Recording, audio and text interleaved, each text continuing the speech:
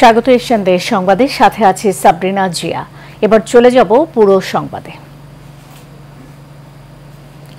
সোমালিয়ায় জলদস্যুদের হাতে জিম্মি টাঙ্গাইলের নাবিক সাব্বিরের বাড়িতে বইছে ঈদের আনন্দ। মুক্ত হওয়ার পর থেকেই তাকে কাছে পাওয়ার অপেক্ষা করছিল সাব্বিরের বৃদ্ধ মা বাবা, বোন, বন্ধু সহ স্বজনরা। সকালে টাঙ্গাইল শহরের আদালত পাড়ায় বোনের বাসায় উঠলেন সাব্বির। দুধ দিয়ে গোসল করিয়ে তাকে ঘরে তুলেন স্বজনরা। বাড়ি ফেরার পর বন্ধু ও প্রতিবেশীরা তাকে এক নজর দেখার জন্য ভিড় জমান।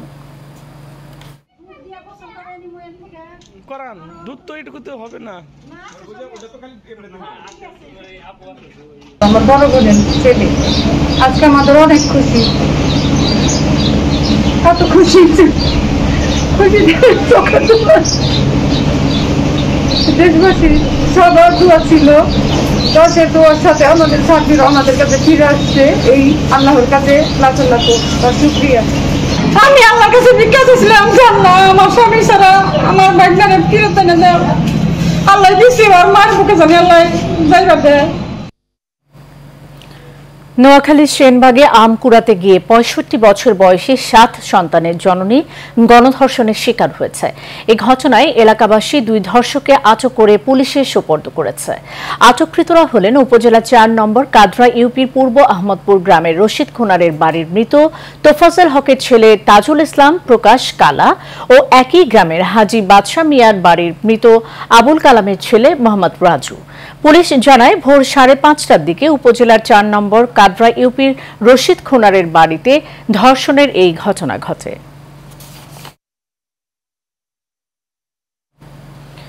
ফরিদপুরে বঙ্গবন্ধু শেখ মুজিব মেডিকেল কলেজ হাসপাতালের স্টোর রুমে আবারও অগ্নিকাণ্ডের ঘটনা ঘটেছে। সকাল ৮:৩০টার দিকে হাসপাতালটির ২য় তলার স্টোর রুমে এই আগুনের সূত্রপাত হয়। এ নিয়ে ১ মাসে ৩ বার হাসপাতালটিতে অগ্নিকাণ্ডের ঘটনা ঘটে। স্থানীয় ও হাসপাতাল সূত্রে জানা গেছে, হাসপাতালটির ২য় তলার স্টোর রুম থেকে আগুনের সূত্রপাত হয়। এ সময় আগুন দ্রুত ছড়িয়ে পড়ে এবং ধোঁয়ায় আশপাশ অন্ধকার হয়ে যায়। আগুন নিয়ন্ত্রণে ফায়ার সার্ভিসের কয়েকটি টিম কাজ করে। ফরিদপুর ফায়ার সার্ভিসের সহকারী পরিচালক মোহাম্মদ আসাদুজ্জামান বলেন, খবর পেয়ে দ্রুত ঘটনাস্থল পৌঁছে আগুন নিয়ন্ত্রণে আনা হয়, তবে ক্ষয়ক্ষতির পরিমাণ প্রাথমিকভাবে নির্ধারণ করা যায়নি।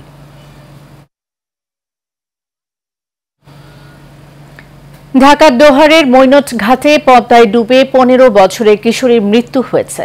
নৌপুলিশের সহায়তায় স্থানীয়রা পদ্মা নদী থেকে মৃত কিশোরীকে উদ্ধার করে। জানা যায়, সোমবার বিকেলে জান্নাতুল ও তার ২ মামাতো বোন লামিয়া এবং লরেন মৈনট ঘাটে যায় জান্নাতুলের মা বাবাকে ভাতা দিতে। সে সময় একই এলাকার শাকিল নদীতে গোসল করছিল। তখন শাকিল জান্নাতুলকে নদীতে ধাক্কা দিলে জান্নাতুল সহ ৩ জনেই পানিতে পড়ে যায়। তাৎক্ষণিক একটি ট্রলারের লোকজন লামিয়া ও লরেনকে উদ্ধার করতে পারলেও জান্নাতুলকে উদ্ধার করতে পারেনি। প্রায় ২ ঘন্টা চেষ্টার পর মৃত অবস্থায় জান্নাতুলকে উদ্ধার করে স্থানীয়রা। কুতুবপুর নৌ পুলিশ ফাঁড়ির এসআই রুবেল জানান, লাশটি ময়নাতদন্তের জন্য মর্গে পাঠানো হয়েছে।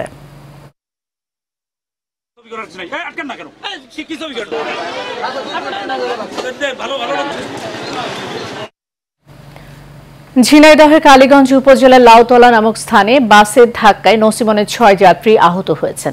সকাল ৯টার দিকে এই দুর্ঘটনা ঘটে। পুলিশ ও স্থানীয়রা জানায়, সকালে শ্যালো ইঞ্জিন চালিত নসিমন যাত্রী নিয়ে কালীগঞ্জ শহরের দিকে যাচ্ছিল।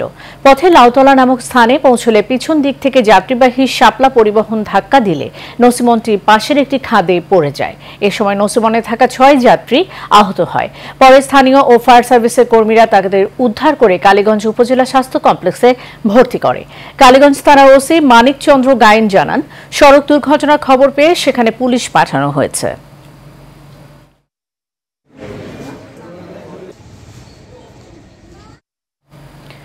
বরিশালের হিজলার শ্রীপুর গ্রামে প্রায় কোটি টাকা নিয়ে দুবাই প্রবাসী আমির হোসেনের স্ত্রী মাহিনুর বেগম পালানোর ঘটনায় বিচার ও টাকা ফিরে পেতে স্থানীয় প্রশাসনের হস্তক্ষেপ কামনা করেছেন ভুক্তভোগী পরিবার।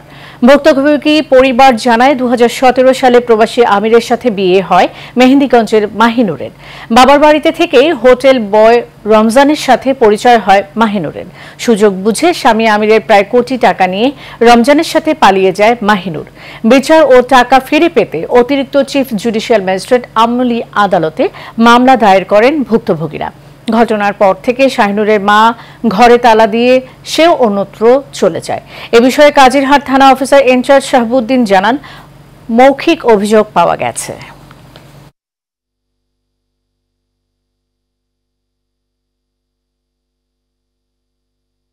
মোট আমাদের ৭৬ লক্ষ টাকার মাল সাবানা নিয়া এই মেয়ে আরেক পলার লাগে চলে গেছে। যত টাকা পয়সা আমার দেবর পাঠাইছে তার নামে, আমার দেবরের নামেও সম্পত্তি কিনে নাই, ওই টাকাটা মাইনুরের নামে সম্পত্তি কিনছে। সে ৮ বছর ঘর সংসারের পর সারা জীবন এই বাপের বাড়ি কাটাইছে। ৮৯ লক্ষ হাজার টাকা আমার টাকায় আর জিনিস আমি মিলিয়ে দিচ্ছি, পুরোপুরি ভাগ দিতেই নিয়েছি। আমি ওসিরাই অনুরোধ করবো যে কাজিরহাট থানায় যে ওসি মামলা নেয় এবং এর যে সুস্থ বিচার হয় এবং এরকম যে আর কোনো মেয়ে যেরকম না ঘটায় এরকম একটা দৃষ্টান্তমূলক শাস্তি উচিত আমি মনে করি। শ্রমিকদের মৌসুমি থেকে স্থানীয়করণের নিয়োগ স্থগিতের প্রতিবাদে কর্মবিরতি দিয়ে বিক্ষোভ সমাবেশ করেছে ঝিনাইদহের মোবারকগঞ্জ সুগার মিলের শ্রমিক ও কর্মচারীরা। সকালে কারখানার প্রধান ফটকের সামনে কর্মবিরতি দিয়ে তারা এই কর্মসূচি পালন করে। এতে শ্রমিক কর্মচারীরা ইউনিয়নের সভাপতি গোলাম রসুল, সাধারণ সম্পাদক শরীফুল ইসলাম, সহ সম্পাদক সাইদুর রহমান পিকু সহ অন্যান্যরা বক্তব্য রাখেন। ঈদুল আজহার আগে এই স্থগিতাদেশ প্রত্যাহার না করা হলে কঠোর কর্মসূচি হুঁশিয়ারি দেন বক্তারা।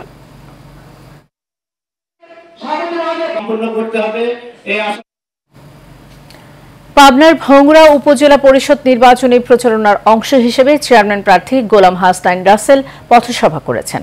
গতকাল সন্ধ্যায় উপজেলার অষ্টম মনীষা ঐতিহ্যবাহী ফুটবল খেলার মাঠে এই পথসভার আয়োজন করা হয়।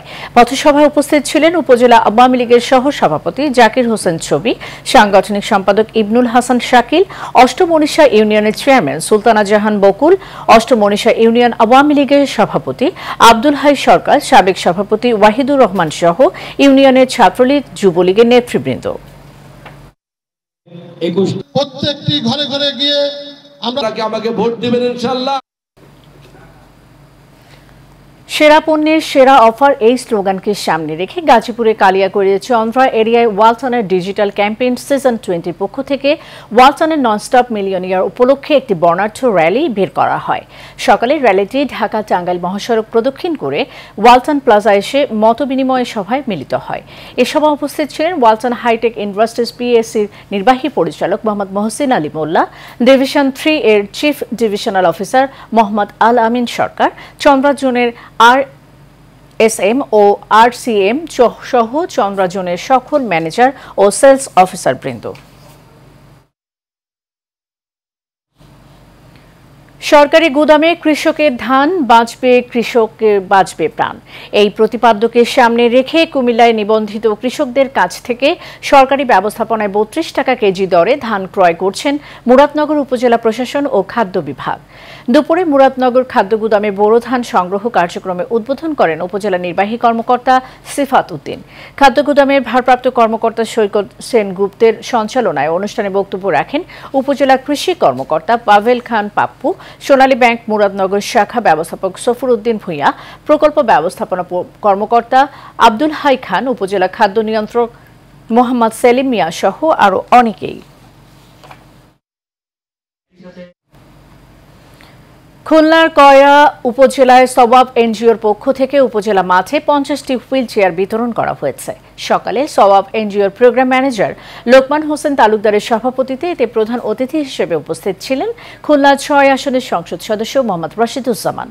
এছাড়া উপস্থিত ছিলেন কয়রা প্রেস ক্লাবের সভাপতি ও ধারণ সম্পাদক, থানার ভারপ্রাপ্ত কর্মকর্তা, উপজেলা আওয়ামী লীগের সাধারণ সম্পাদক সহ অনেকে। ইনশাআল্লাহ যেখানে আমরা শুধু সেলাই মেশিন দিয়ে দেব না, আমরা 3 মাসের কোর্স করাবো। সিলেট নগরীর লামা বাজারস্থ জামিয়া ইসলামিয়া বিলপার মাদ্রাসায় সিলেট সোসাইটি মেহমানখানার পক্ষ থেকে হাফেজ শিক্ষার্থীদের মধ্যে খাবার বিতরণ ও আলোচনা সভা হয়েছে।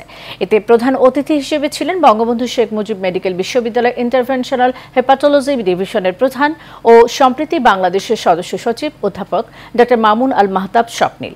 মাদ্রাসার শিক্ষার্থীদের সম্মানে সিলেট সোসাইটি মেহমানখানার পক্ষ থেকে রাতের খাবারের আয়োজন করা হয়। সিলেট সোসাইটির প্রতিষ্ঠাতা সভাপতি মোহাম্মদ শাহজাহান চৌধুরীর সভাপতিত্বে ও সাবেক সাধারণ সম্পাদক ফিরোজ আহমেদের পরিচালনায় প্রধান আলোচকের বক্তব্য রাখেন এশিয়ান টেলিভিশনের সিলেটের স্টাফ রিপোর্টার ও সিলেট সোসাইটির উপদেষ্টা কাউন্সিলের সদস্য ও সমন্বয়কারী রোটারিয়ান শাহজাহান সেলিম বুলবুল।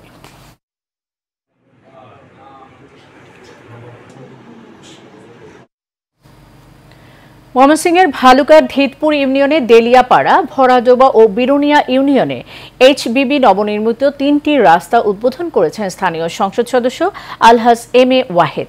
গতকাল দুর্যোগ ব্যবস্থাপনা অধিদপ্তর গ্রামীণ অবকাঠামো রক্ষণাবেক্ষণ কর্মসূচির আওতায় এই 3টি নবনির্মিত রাস্তা উদ্বোধন করা হয়।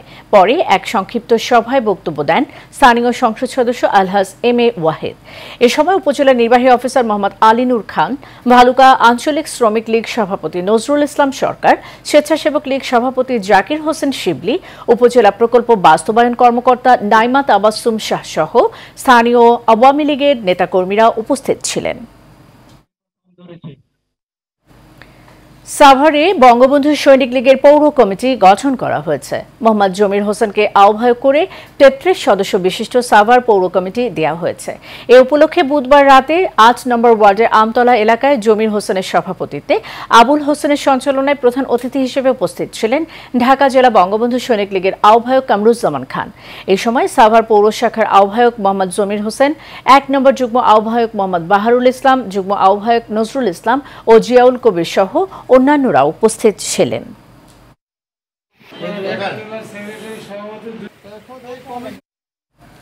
নারায়ণগঞ্জের টিভি সাংবাদিক ফোরামের 15 সদস্য বিশিষ্ট কমিটি ঘোষণা করা হয়েছে। এতে বিজয় টিভির ফতুল্লা প্রতিনিধি মোহাম্মদ বদিউজ্জামানকে সভাপতি ও এশিয়ান টেলিভিশনের রাহাত হোসেনকে সাধারণ সম্পাদক করা হয়। সকালে উপজেলা কাছেরপুর এলাকায় বঙ্গবন্ধু দুস্থ মানব কল্যাণের উপদেষ্টা সেলিনা সুলতানা কমিটির সদস্যদের নাম ঘোষণা করেন। কমিটি ঘোষণার পর সংক্ষিপ্ত বক্তব্য ও মোনাজাত এবং দোয়া করা হয়।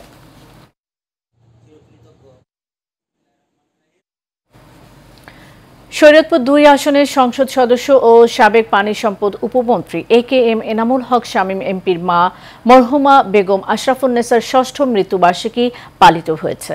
গতকাল বাদ আসর শরীয়তপুরের সখীপুরের মরহুমার নিজ বাড়িতে মসজিদ ও বীর মুক্তিযোদ্ধা প্রকৌশলী আবুল হাসেম মিয়ার অডিটোরিয়ামে মিলাদ ও দোয়া অনুষ্ঠিত হয়। এই উপলক্ষে বুধবার বাদ জোহর শরীয়তপুরের নড়িয়া উপজেলা ও সখীপুর থানার বিভিন্ন মসজিদ এবং মাদ্রাসায় মিলাদ ও দোয়ার আয়োজন করা হয়।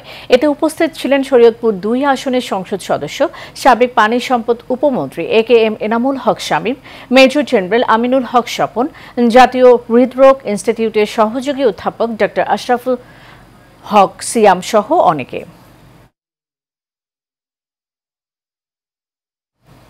দর্শক, এশিয়ান দেশ সংবাদ এ পর্যন্ত। আমাদের পরের সংবাদ সন্ধ্যা 6টায় দেখার আমন্ত্রণ রইল। ধন্যবাদ সাথে থাকার জন্য।